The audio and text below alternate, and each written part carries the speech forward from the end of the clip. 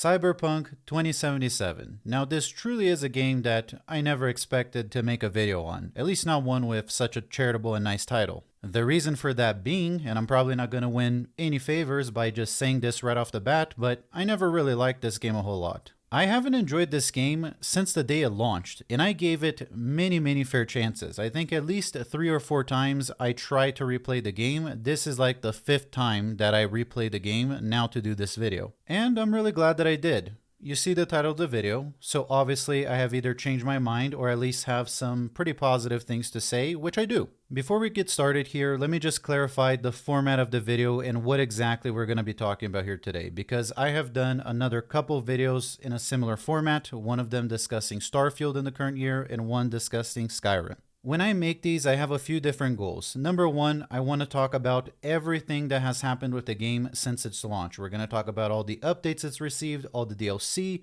and we're going to talk about the mod scene also. And on that same subject, there's a lot of new cool mods that have come out, some of them as recently as like last month, that are incredible. So why am I telling you all this and why am I setting the stage in this way? Well, because the last 2 videos that I made like this, the number 1 comment goes something along the lines of, you can't give the developers or the game any praise based off of other people's hard work, right? So the argument or the criticism is going something along the lines of, don't say that the game is good if you're using mods. That's like one of the most common comments that I got on both of those videos. That and people saying that I repeat myself too much, which, fair enough, my wife would probably agree with you. So my answer to that is, I hear you, but that is exactly what I'm gonna do. Because this is not really a review of the base game. This is kind of bringing you up to speed with everything that has happened and why I currently recommend it, and that absolutely includes the mod scene. I'm not here to do a hit piece on the game or promote it in any way. Nobody's paying me to promote the game or do whatever. The only objective is to bring you up to speed with all the updates that it's received, DLC, and what the mod scene looks like, and based on that, whether I recommend it or not. And I will absolutely make sure to include my opinion here very soon of what I think of the base game, and if you don't use any mods, what does that look like? The same way that I think it's important to talk about the mod scene, because a lot of people, maybe the vast majority of people, are going to buy this on PC, or are considering buying it, or already own it on PC. So if that's the case, great, you have access to all the things that I'm going to be talking about, which a lot of them address a lot of the problems I have with the game. Now on the other hand, if you don't own this game for the PC, and you have it for a console, or you're considering buying it for the console, and you're not going to have mods, I think it's also important to share how I feel about the base game along with, DLCs and whatnot.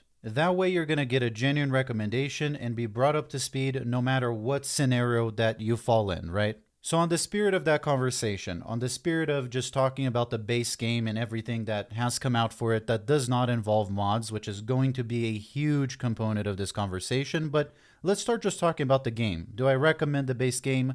What do I think of it? So I think that by this point, most people know about this, so I'm not going to spend a whole lot of time on it. But if you don't know, this game has side protagonist of the anime levels of character redemption arc. This game has telenovela levels of drama since its launch and, the long journey that it's gone through to get to the point it is now. Just very briefly here, I'm just going to tell you my history here with the game, how I feel about it currently, and where I'm coming from with my opinions, and why I'm going to recommend at the end of the video some of the mods that I recommend. And some of those mods are very recent, like they came out last month type of thing. So here's the thing. I have been wanting to like Cyberpunk for a very long time. I love everything about the idea behind it. I love the characters, I love the dialogue, I love the setting, the immersion, everything surrounding the game, the artwork, everything about the game I love, except the frickin' game itself. I was one of the unfortunate people that bought this game on launch many years ago and was extremely disappointed. Most people seem to forget about this or just not know, because I know that a lot of individuals got into this game once the Phantom Liberty update and DLC came out. A lot of people weren't into the game before that, but in general, a lot of people seem to either forget or give this game a pass for the way that it launched because it has such a strong redemption story here. The developers really did commit to fixing this game and completely reworking it in some aspects and revamping it from the ground up, which is great because, oh boy, I remember the way it launched and it was not good. The problem with the way that this game launched is not something like No Man's Sky, where they overpromised and severely underdelivered type of thing on launch. That wasn't really the issue. The issue was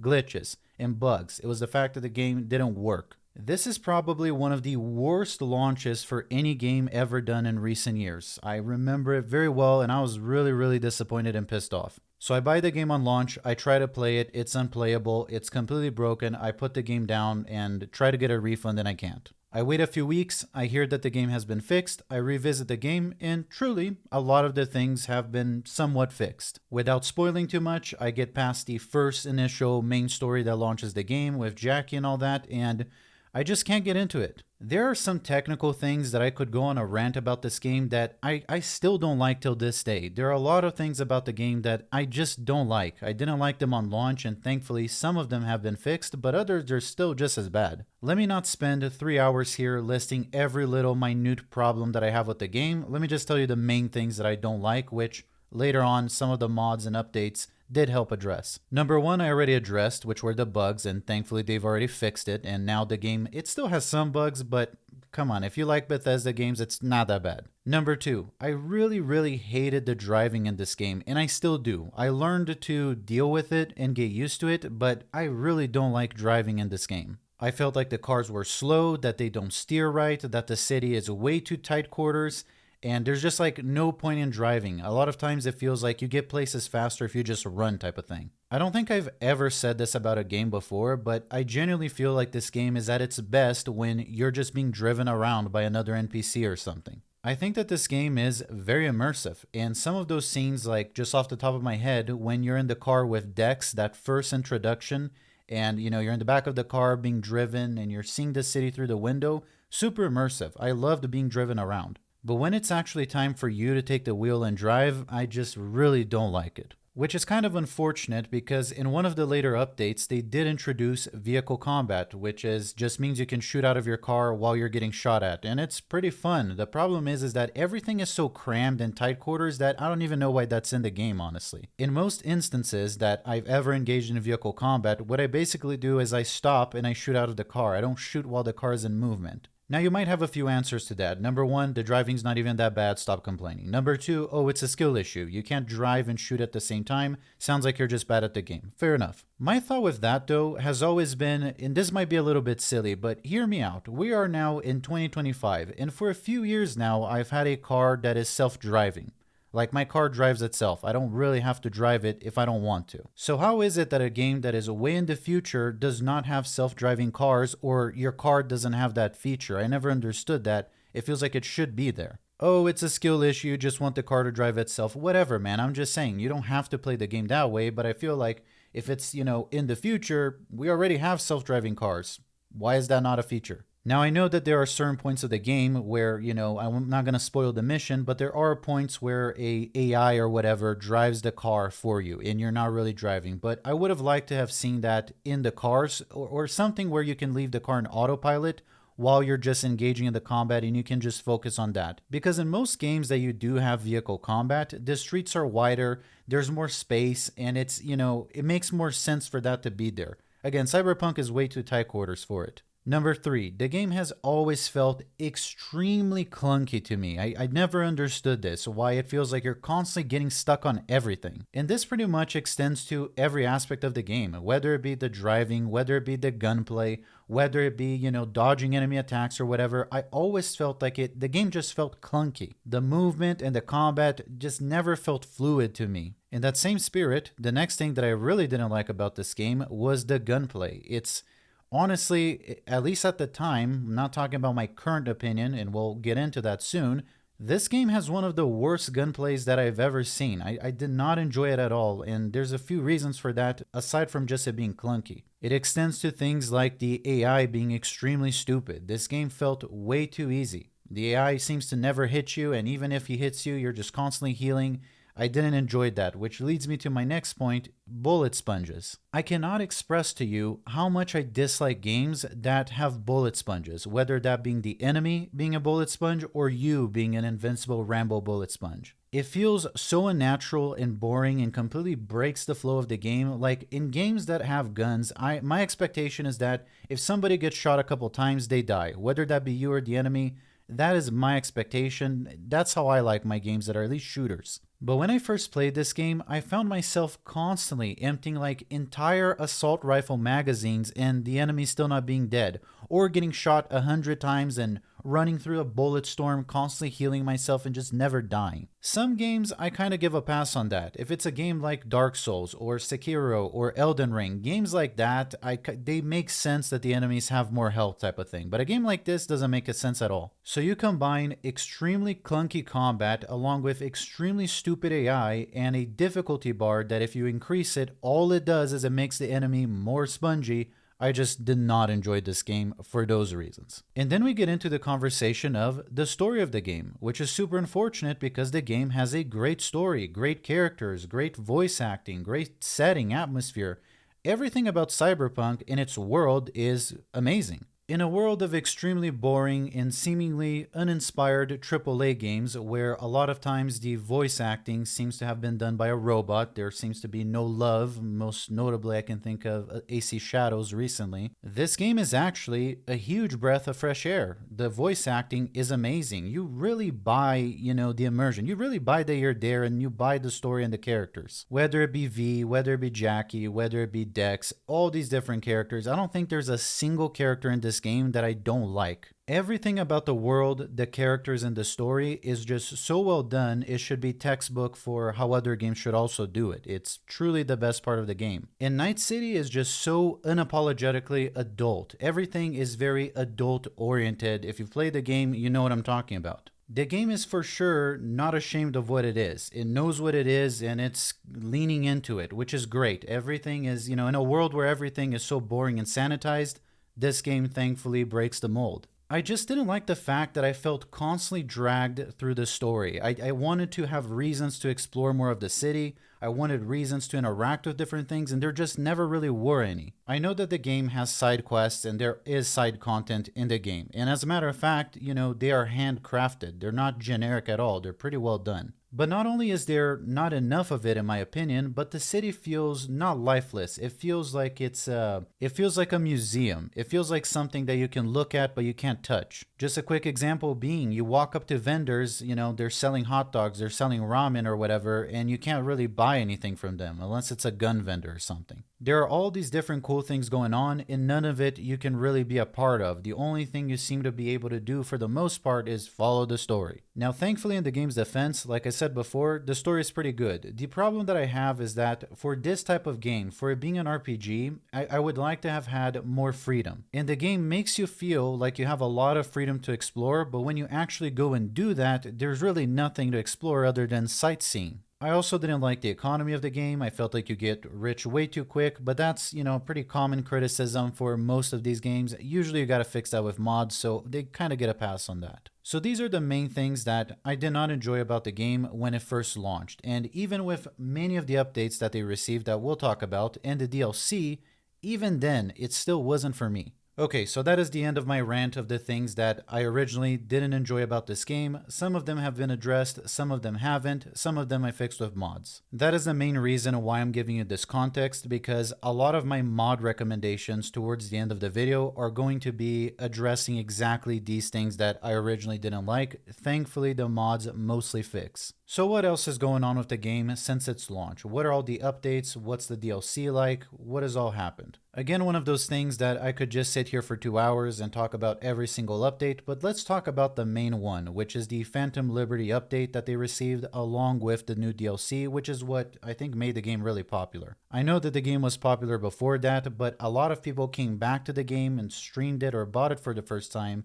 because the DLC was such a hit. This is one of the most talked DLCs in recent history that I can think of. Other than like the Elden Ring DLC, this is another one that comes to mind where everyone was talking about it. Again, most people probably know about this. It's not news, it's been out for a while, but if you don't, what did the DLC introduce that made the game so incredible? Well, it was more the update that came with it. The DLC itself is fine. The Phantom Liberty DLC, it's a cool story, it introduces a new area to the game. It's a good DLC. I would recommend it. If you at least like the game, I would pick it up. Now, the Phantom Liberty update, the update that came with the DLC, is what really changed everything. The most notable changes being reworks to the ways you can play this game. There's a lot more options now. They reworked the perk trees, the skill trees, they reworked the cyberware. Everything is a lot cooler now. It feels now that there's more ways to build your character, which encourages several reruns versus just a one playthrough because it feels like it's going to always be the same. You can really customize everything about your character. I mean, down to the little upgrades in each part of your body that you decide to install. The main thing that for me makes Cyberpunk, it makes it stand out from a generic shooter, is the cyberware. It's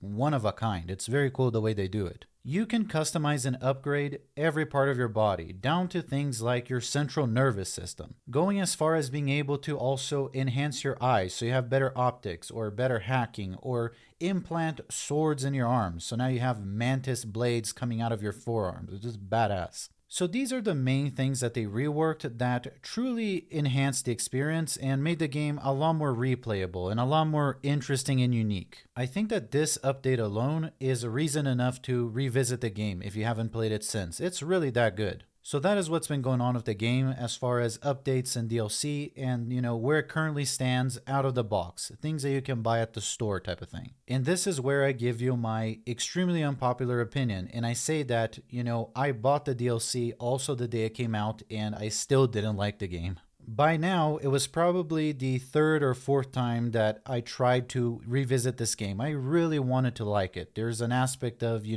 buyer's remorse, I guess. I paid full price for the game. Like, I want to enjoy it. I want to get the most that I can out of it. So if they made a DLC that makes the game better, all right, let me try it. Sunken cost fallacy, I think is what it's called. The other aspect is that I've always been in love with the setting and the story and everything that we already talked about. That's, I've always loved all that. So I've wanted to like the game. I've given it plenty of shots. Unfortunately, the same technical problems that I had with the game originally are still there. I just came to accept that that is the way the game is, and that is where my review would normally end if I was going off of previous information. This is kind of the point of the video where if you're thinking about buying it for console or you don't want to mess with mods or anything like that, this is kind of the end right here. And as you can tell, my opinion is not super popular. It's not that I wouldn't recommend it per se, it's not that it's not a good game, it's just that for me, I personally didn't enjoy it. There has clearly been a lot of love and improvements that they've done to the game, and I am definitely in the minority. Most people, even without mods, they love the game after this update. So if everything that I said sounds cool and you're thinking about just buying the game for the PS4, the PS5 or whatever, maybe even though I don't like it, you might, and most people would probably like it. So what exactly brought me back to this game and made me fall in love with it? Because before I made this video, if you asked me what I think about Cyberpunk, the title of this video would have been Cyberpunk is aggressively mid. I would have given it a 5 or a 6 out of 10. If you ask me what I think about the game now, with all things considered and the things we're still going to talk about, I would give it a 9 out of 10. So I really did come around. So why did I revisit this game once again? Well, it was because of Dragon's Dogma 2. I recently made a video reviewing Dragon's Dogma 2. And when I originally set out to make it, I was going to make a very negative review because Dragon's Dogma is a game that really pissed me off. I had really high expectations for it and it fell super short. But so many people seem to like that game, and I never quite understood why. So what I set out to do is before I open my mouth and I just do like a 2-hour video just dogging on the game, let me give it a second genuine shot. That actually got me curious. So what I did is I started engaging with the community and asking, hey, this is what I thought about the game. What do you like about the game? How do you play this game? Where's the enjoyment coming out of? This is how I feel. Why am I not having fun? I then also took a look at the mod scene, and what I realized is that I just didn't get the game. I didn't get what it was going for. My experience with it felt very shallow because I didn't quite understand honestly how to even play it. It's not that I didn't get the mechanics of the game or the combat or whatever, but I just didn't understand what it was going for. And doing that deep dive, I guess, and interacting with people, man, I'm so glad I did because that is like one of my top 5 games of all time now. And I know that a lot of people still hate DD2. They think it's unfinished. They hold my same previous opinion, and you're entitled to that, but I changed my mind. So that made me think of another game that everybody seems to love, but I seem to be in the minority and I just don't like. That game being Cyberpunk. So I just set out to do the exact same thing. Before I open my mouth and do a bad review about the game, let me put in another 40 hours into it, let me engage with the community, let me check out the mod scene, and let's try to give this game the best final shot that I can to truly say what I think of it currently. And I'm very glad that I did. The game is actually pretty darn good. Unlike Dragon's Dogma 2, however, it was not the same discovery, I guess. I do understand and have always understood what Cyberpunk was going for. It was not the similar thing. It's not that I didn't understand how to have fun with the game. It's just that the way the game is made is truly not for me. And that's fine. That doesn't make a game bad just because it doesn't cater to my preferences. So what I decided to do is take a look at the mod scene and see if any of those mods addresses some of the things that I don't like about the game, and maybe I can have a good time. I am really happy to say that that is exactly what happened. This game has an incredible modding community, like borderline Skyrim, Fallout, and all that. It's just as good, which goes to show that there's a lot of love and passion here. People really like this game. If they didn't, there wouldn't be so many great mods for it, and great mods coming out as, literally last month. People are still making new stuff for this game. Graphic overhauls, combat overhauls, adding new weapons, adding new cars, changing the whole game. Man, you name it. Adding survival systems. People just keep going. So let's go ahead now and jump into my favorite part of the video, which is the mod scene and the different mods that I recommend. And we're going to come full circle and I'll explain why I spent so much time telling you what I don't like about the game, because now I'm going to tell you the mods that changed it for me. These are the mods that really made this video right here, or at least the title of this video, because it would have been something else if it wasn't for mods. These are the ones that totally changed my opinion of the game and honestly keep me coming back to it now. Okay, so let's go ahead and start with the basics here. I'm going to be recommending about 5 or 6 mods. Obviously, these are not the only mods that I like. I use a lot more, but these are the 6 mods, 5 or 6 of them that really elevate the experience to me and make it what it is. The first one that I recommend here, I kind of lied because it's technically not a mod. It's a mod pack, and it's actually over 200 mods. The mod pack that I'm going to recommend is Welcome to Night City. This is going to act as your base. It's like your core of mods. The reason I like this pack so much is because it comes with all your essential frameworks, and the things that it changes are not drastic in nature. It doesn't really rework the game entirely. Like, it's not going to turn your Cyberpunk into Genshin Impact or something like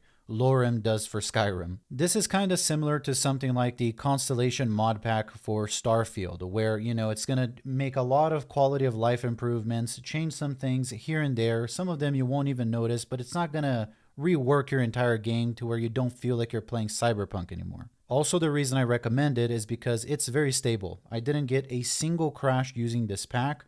Everything works very well. That's something I gotta say about the mod scene for Cyberpunk. Generally speaking, my modding experience with Cyberpunk has been very positive and very stable. No crashes or anything like that. Super easy to figure out, no problems. Which is a huge contrast to something like Skyrim, which I love Skyrim. I've been modding Skyrim for like a decade, but if you do mod that game, you know what I'm talking about. Constantly crashing, a total nightmare when it comes to priorities and mods that are conflicting with each other, and the load order is not right, and God, modding Skyrim is like a full-time job, which is really not the case with Cyberpunk, and that's why I recommend this mod pack, because it's really designed to not break your game, and it seems to be very receptive to adding new mods on top of it. That's part of the thing. It comes with all your essential frameworks that all mods are going to use, so you can use this and build on it. And out of any mod that I installed, all of them were fine. I didn't have any conflicts. It's very hassle-free, and it doesn't cause conflicts and stuff like that. So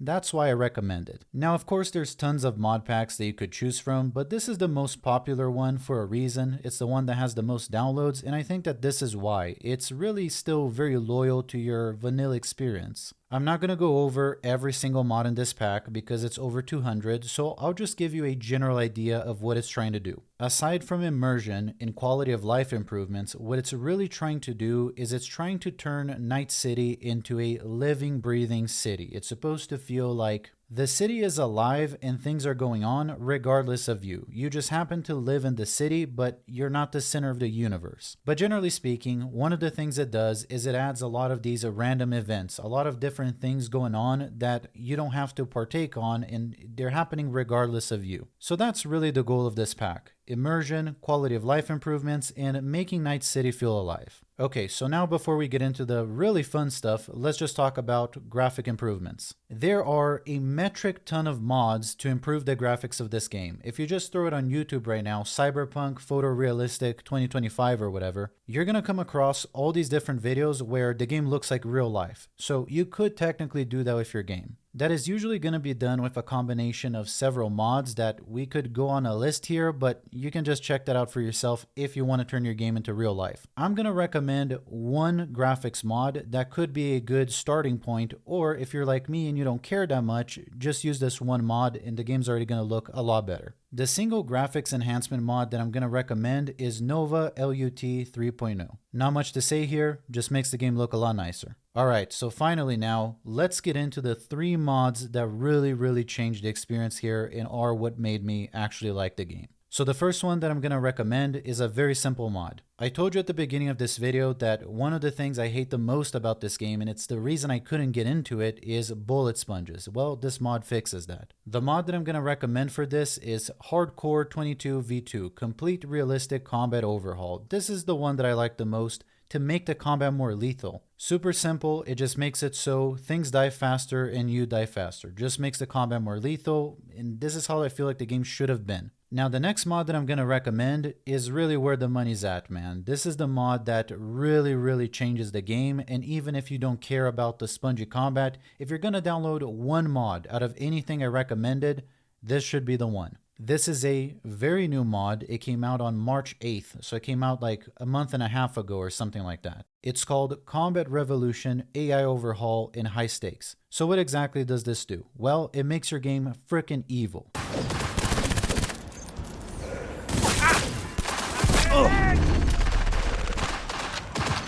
I'm empty! Need to reload!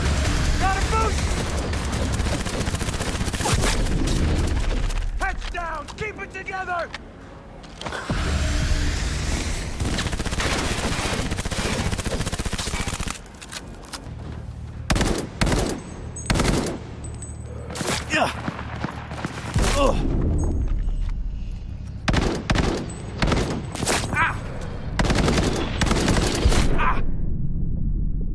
And if you really want to turn your game into a nightmare, which is what I did with all my playthrough that's being shown on this video, you're going to combine this mod with the last hardcore mod that I recommended. So it's more lethal, and now the AI is really smart. This mod makes enemies in the game a lot smarter and a lot better, and it makes them freaking evil. They're going to chase you down. There's no getting away from them. It makes it so they can use new abilities. It makes it so it's not as easy to sneak around. They detect you easier. They hunt you down. The combat is just way harder, way more fun, and way more challenging. This is the one mod I really recommend. And like I said, pair it with Hardcore 22v2 and you're in for a freaking awful time. It's great. Okay, so we saved the best for last here. This is one of my favorite mods of all time, and it's the last mod that I'm going to recommend. The final mod that I'm going to recommend here is called Dark Future Urban Survival Gameplay. It is a survival mod. This is by far the absolute best survival mod I have ever used. In any of my Bethesda games or any other games, this is the one that's been done the best, for sure. Well, aside from all the things that you would generally expect to have to do playing a survival run, like needing to eat, drink, and sleep, it adds things like a stress system, which is it should become standard on every single survival mod. It is so good. It's called a nerve system, your nerve. So let's talk about how this works and why does it make the game so much better, because a lot of times when you talk about survival mods, I get a couple comments. Number one, something along the lines of, why would you want to nurse stats all game? Like, why is that fun to you? The second one being, why do you want to make your video games realistic? Just go camping, just go outside. Well, to each their own. Some people enjoy that, but that's not why I like survival mods. The number one reason I really like survival mods is they create a drag on your finances. I've talked about this in many videos. A big problem that these games have is you get rich too quick. You buy the best items in the game before you're done,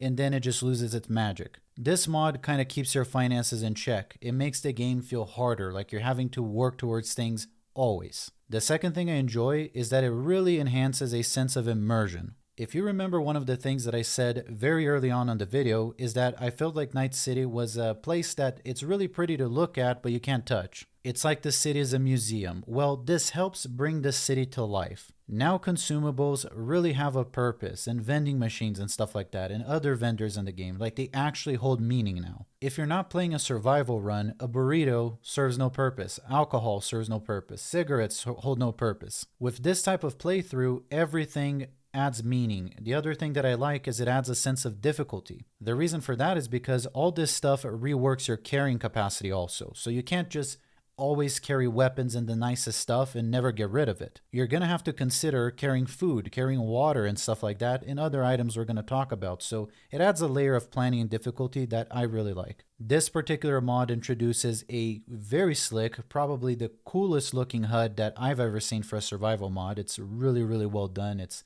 not like realistic needs back in the day for Skyrim, if you remember, where you're pressing a button on your keyboard and you're getting a little text message saying, oh, I'm hungry, oh, I need to sleep. It's all displayed in a really slick HUD. The other thing that it introduces, which is my favorite thing, like I said, this should be in every survival mod, is a nerve meter. Which, listen, if you're living the life that V is living, you're constantly getting shot at, you're living in a future dystopian world, you have a mind virus that's trying to replace you and erase you from reality. You have all these different things constantly going on. It makes total sense that your character is eventually going to get stressed, and they need to relieve that stress in different ways. Because if you don't, eventually you could have a literal heart attack. That's one of the things that can happen. Or other things are going to start happening. Like your hands are going to start shaking when you're aiming because you're nervous and stuff like that. Or you're stressed out. Or you're not going to be able to sleep, which makes total sense. Like if you're very stressed and you haven't done anything to decompress or de-stress, you're not going to be able to sleep. Just like in real life. Same thing with this mod. So how do you decompress? Well, different people relieve stress in different ways. Some of them that I can't mention in the video. Other people go ahead and they take a shower. Other people smoke and they drink. Well, what happens when you smoke and you drink? You can get addicted. So that's another thing that the mod introduces, an addiction system. But it now makes sense, and this is what I really like. I've always felt in these games that items like booze and cigarettes and stuff like that, they give such minor bonuses that you never use them. You just end up selling them. Now they really hold a purpose, because if you're in a situation where your character is really stressed and they're shaking and, they're about to have a heart attack or something, they need to chill out. Well, have a couple drinks. Light up a cigarette. I don't know. So now that kind of gives a meaning to these items. Like, you buy cigarettes now. You don't just rely on finding them and reselling them. You actually go to the corner store and buy liquor, or you buy cigarettes or smokes for exactly that purpose. It's so you have something to relieve that nerve bar, and it's so immersive and it makes total sense. And it also makes sense that maybe your guy becomes an alcoholic. Like if you're constantly smoking cigarettes and drinking, eventually you're going to develop addictions, just like in real life. And for what V is going through, I feel like it kind of makes sense that he might become a chain smoker. It just, for the lore, it makes sense. So I really like this. It gives every consumable and item in the game true meaning, and you're going to go out of your way to buy this stuff, which again creates that sense of drag on your finances. Like if you're not playing with this mod, why would you ever buy a pack of cigs or something like that? It's just immersive. It makes sense now. Oh, before I go to this mission or before I do that, let me just light up a cig really quick. Let me make sure that I buy this or I buy that. Like